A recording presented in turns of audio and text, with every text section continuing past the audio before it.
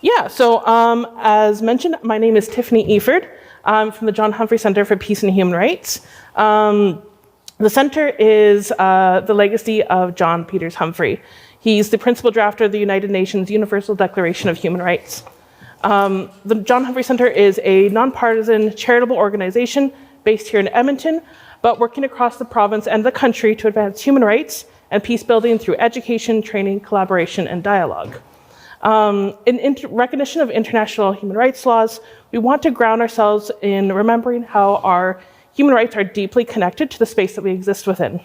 The spaces we take up every day, and who has access and who does not. Now, I know we've already had a little bit of a land acknowledgement, but I really want to ground us a little bit because it's what supports the framework of this report that we have. So I want to acknowledge first the place that we're upon here, a place that many of us call home, Amiskitchiwakahaigan, otherwise known as Beaver Hills House or Edmonton. This land has a history that lives beyond and before us and deeply impacted the realities that we live within today. To do human rights work is first to acknowledge the history, the past of our ancestors, and the past that has been based on genocide and erasure. This is the acknowledgement that not all voices are heard, and we must make commitment each day to engage, to learn, and to decolonize. We must acknowledge the history of public systems and law in Canada and how they have evolved and have been founded within an ideology of erasure through policies of displacement, removal, and criminalization. This continues to pervade our systems and requires vigilant efforts to use international human rights law to shift and seek accountability. As an organization, we can tend to be a place of last resort for people who are struggling with complex human rights issues and who are falling through the cracks in our system. As a result, we have worked to build our program, Stride Advocacy. It has a massive force of volunteers who support the documentation and the filing of human rights complaints, as well as a coalition of agencies that come together to engage in systemic advocacy on issues emerging from our work. Through our work with Stride, we came to experience and see barriers for community members to access and seek remedy through the Alberta Human Rights Commission. So it's from this space that I'm sharing the research that we've developed with you today. Let me go to our next slide. Before we jump into that, I'll tell you a little bit more about who we are. As I mentioned, the John Humphrey Centre is really out of the legacy of John Peters Humphrey.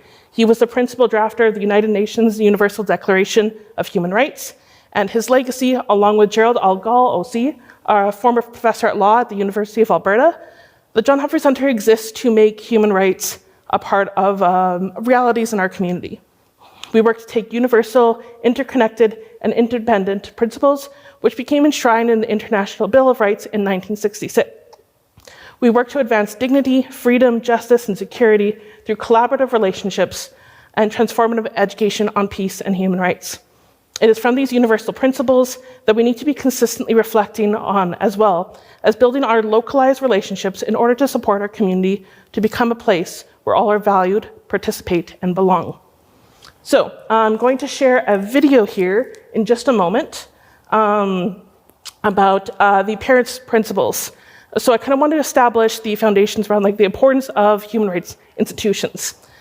Human rights play a central role in the wider human rights system and our obligations and commitments to UN treaties. These are government-established commissions, agencies, and ombudsman offices that exist to create access to human rights remedy for those that are left behind. One of the things that we talk a lot about at JHC is that while human rights exists on paper and we strive as a human rights organization to educate on them, if we do not have spaces where we can seek remedy to human rights violations, we don't have human rights at all. They're not real.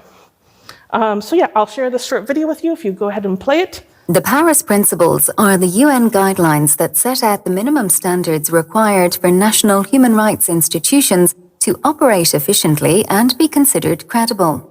The guidelines were developed in Paris in 1991 at a meeting where representatives of national human rights institutions from all parts of the globe were brought together to define the core attributes that all new or existing institutions should have.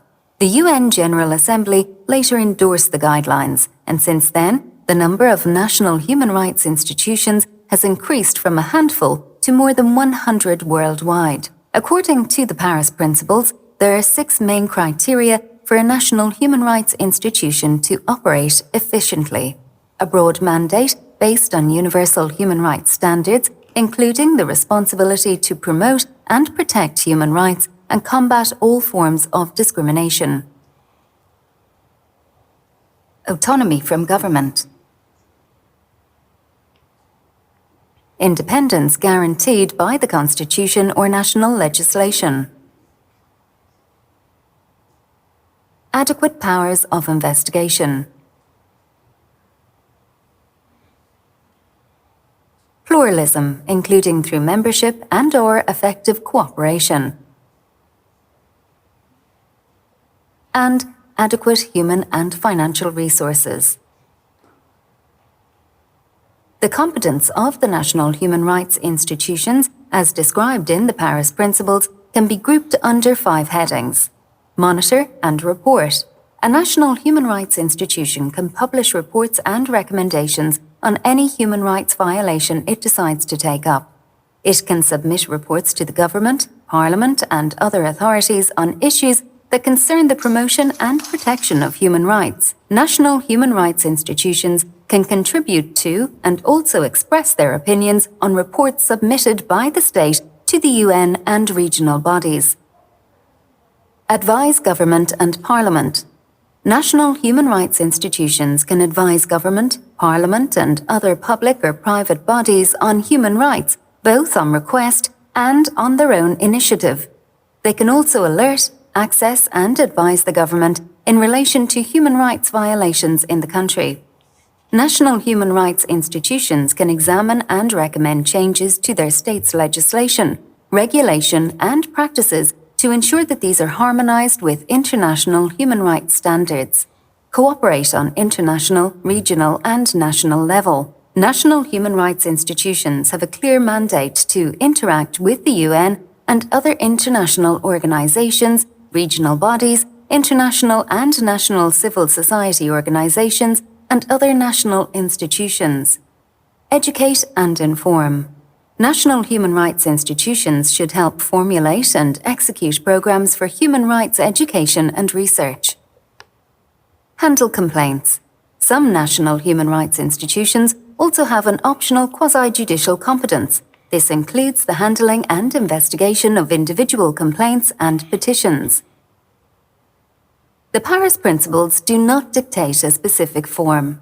National human rights institutions can therefore come in different shapes and sizes, but the most common forms are commissions, advisory institutes, ombudsman offices, and public defenders' offices. Because of the diversity in institutions and contexts, the mandates and powers of national human rights institutions can vary quite a lot, but they all work to promote and protect human rights. Yeah, so that's just a really brief overview on the Paris Principles. And through that, so in Canada, what has been designated the National Human Rights Institution here is the Canadian Human Rights Commission. Means it is obligated to uphold and protect human rights that are enshrined within our legislation. That being said, we are talking about the Alberta Human Rights Commission today. So while it is a provincial institution, it is still nevertheless it's guided and grounded in Paris Principles.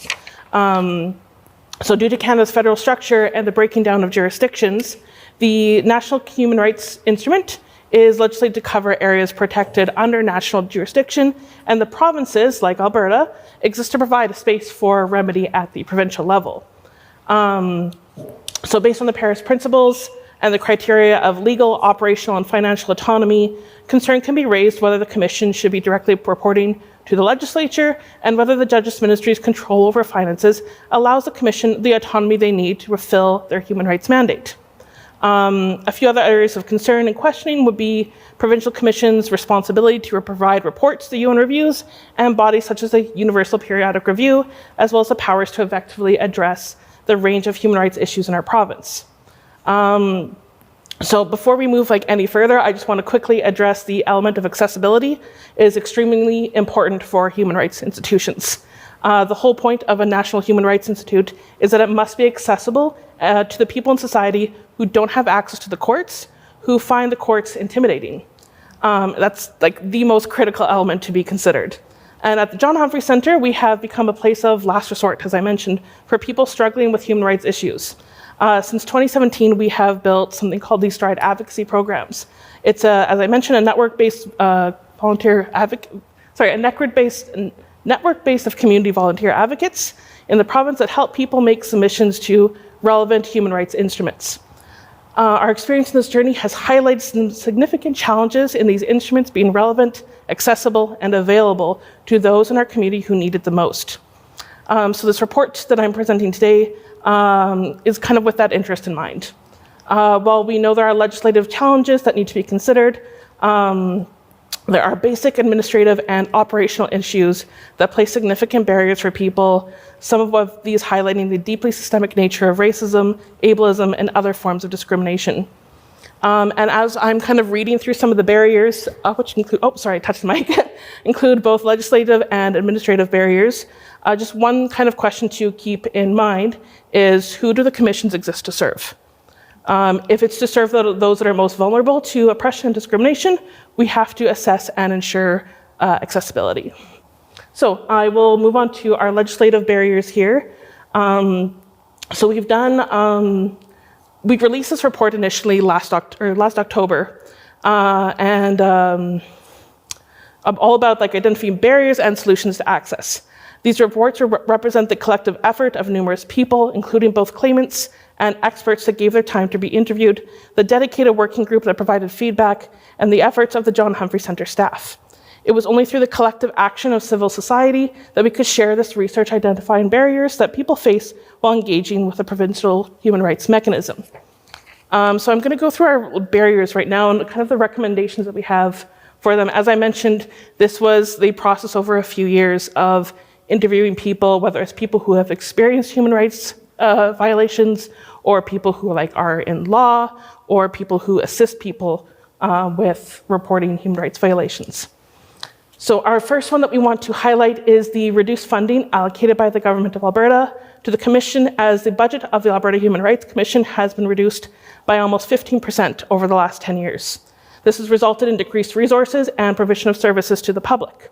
We recommend increasing the amount of funding received annually by the Alberta Human Rights Commission by the provincial government.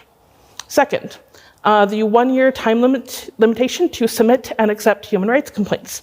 For that, we recommend an amendment to the Alberta Human Rights Act to increase the time limitation to file a human rights complaint from 1 year to at least 2. It's been a major barrier for a lot of complainants who need time to report issues that they experience. The 1 year is far too little. We also want to highlight the narrow protected grounds of discrimination under the Alberta Human Rights Act to file a discrimination complaint under. And for that, we recommend a policy research be conducted to understand the impact and capacity to incorporate new protected grounds of discrimination into the Alberta Human Rights Act and permit human rights complaints under the grounds such as Indigenous identity, social standing, condition or disadvantage, genetic discrimination due to insurance concerns, political belief, association or activity, a criminal record, conviction or conviction for which a pardon has been granted, occupation, and genetic characteristics. Number 4, the lack of enforcement measures of decisions reached at conciliation and mediation, and stronger enforcement measures needed at the tribunal hearing stage. We recommend an amendment to the Alberta Human Rights Act to statutorily define clear enforcement powers and measures for the Commission to ensure remedies prior to the tribunal hearing stage. Number 5, unsubstantial remedies offered which do not reflect time and effort to go through the complaint process. It's a very lengthy complaint process for a lot of people, especially if they have other barriers that are impacting them. For that, we recommend an amendment to the Alberta Human Rights Act to codify minimum increased damages rendered by financial rewards to reflect the considerable time, effort, and cost for people who file the complaints and the current standard of living. We also found the lack of autonomy from the Alberta government and reporting requirements to the Legislative Assembly of Alberta. We recommend the Commission be separated from the government by having the Commission report directly to the Legislative Assembly of Alberta to ensure that the human rights mechanism is independent and accountable. those are all the legislative barriers. Move on to the administrative barriers. We really want to take at, because there's multiple things that are impacting commission. Yes, it's at their level, but there's things outside of their control as well. These are a little bit more internal that we're looking at now.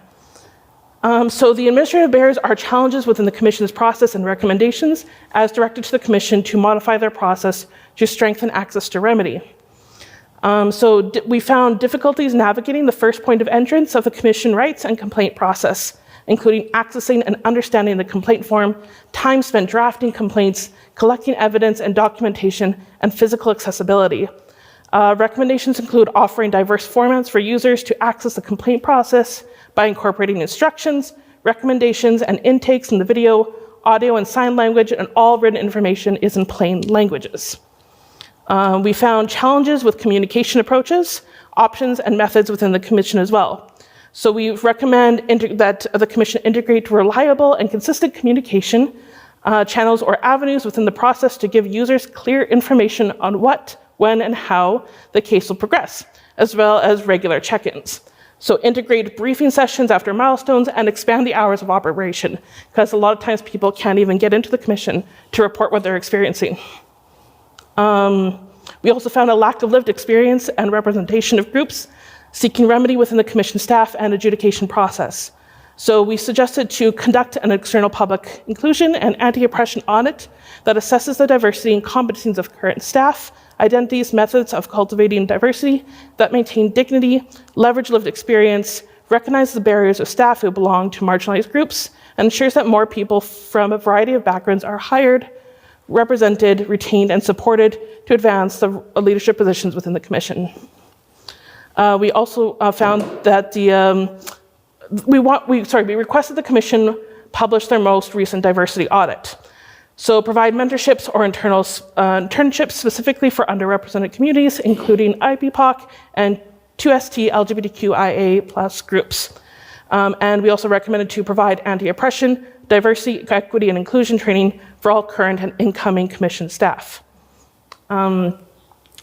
We also found that there was a lack of internal accountability and an internal review mechanism within the process itself. So we suggested to build an internal remedial mechanism in consultation with users, supported by an advisory civilian body to address users' concerns with treatment received by the Commission staff. We recommend to publicly provide the Commission's measures of success for human rights officers and staff. We also recommend to share publicly how the Commission incorporates trauma-informed practices into the interactions between staff and users of the complaint process. We found through our interviews that there was limited awareness, knowledge, and understanding of the Commission and its complaint process.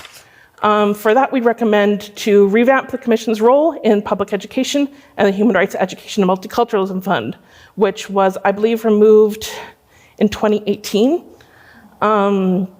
We also recommend education efforts should include the Commission's role, information about the complaint process, and the Alberta Human Rights Act. And we also recommend to build a strong media presence and campaign to raise awareness. I will say that since then, the Commission has been working to develop some of those strategies, including being more present on social media and also revamping their website. We also found a lack of legal representation to navigate the complaint process. And we recommended to establish partnerships with advocacy groups and human rights organizations to provide support, guidance, and legal representation to people navigating the complaint process. And we also recommended to build an internal team to support users to navigate and understand the complaint process. It's not always accessible for people, sometimes regarding background, language skills, just their ability to get from place to place. One of the other things we found is that there are negative impacts of engaging with a mechanism on mental health and well-being, including re-traumatizing and re-triggering people who experience discrimination. It's very difficult for people to go through the human rights complaint process. They're asked to, understandably, to share their experiences, but that can be a very re-traumatizing process. So we suggested a few things, including integrating trauma-informed practices into the Alberta human rights complaint process, including mental health supports, reviewing and offering accommodations at the start and throughout the process, conducting individual assessments, of the needs of claimants and host debriefing spaces for people who filed complaints. This should be done like post-conciliation, and to implement regular mental health check-ins with users during the process with a team of mental health professionals. And then to provide updated regular training on trauma-informed and healing-centered practices to human rights officers, including specific care towards users with compounding and intersectional identities. We also recommended to provide a list of diverse mental health supports and resources that are free, subsidized, or affordable. And finally, we found limited resolution methods offered for resolving complaints other than conciliation, remediation, or the tribunal process. So we recommended to integrate alternative dispute resolution processes, including arbitration and restorative justice practices. And we also recommended, finally, to make available to the public a list of mediators and organizations that facilitate and implement alternative dispute resolution practices, including Indigenous knowledge keepers and the Alberta Restorative Justice Association, to educate, support, and implement restorative justice practices. That is the bulk of the report. As I mentioned, there are a handful of reports at the back, or sorry, as Kelly mentioned earlier, there's a handful of reports at the back if you want to look a little bit deeper into the report itself, including what people said in the interviews and how they shared their experiences. I think it's really important that everyone understands that these all came out of what people shared with us. It was informed completely by them. It's important to kind of have the context behind that to understand why these recommendations are so important for people. But yeah, that's the end of my presentation. Thank you so much, and open to any questions.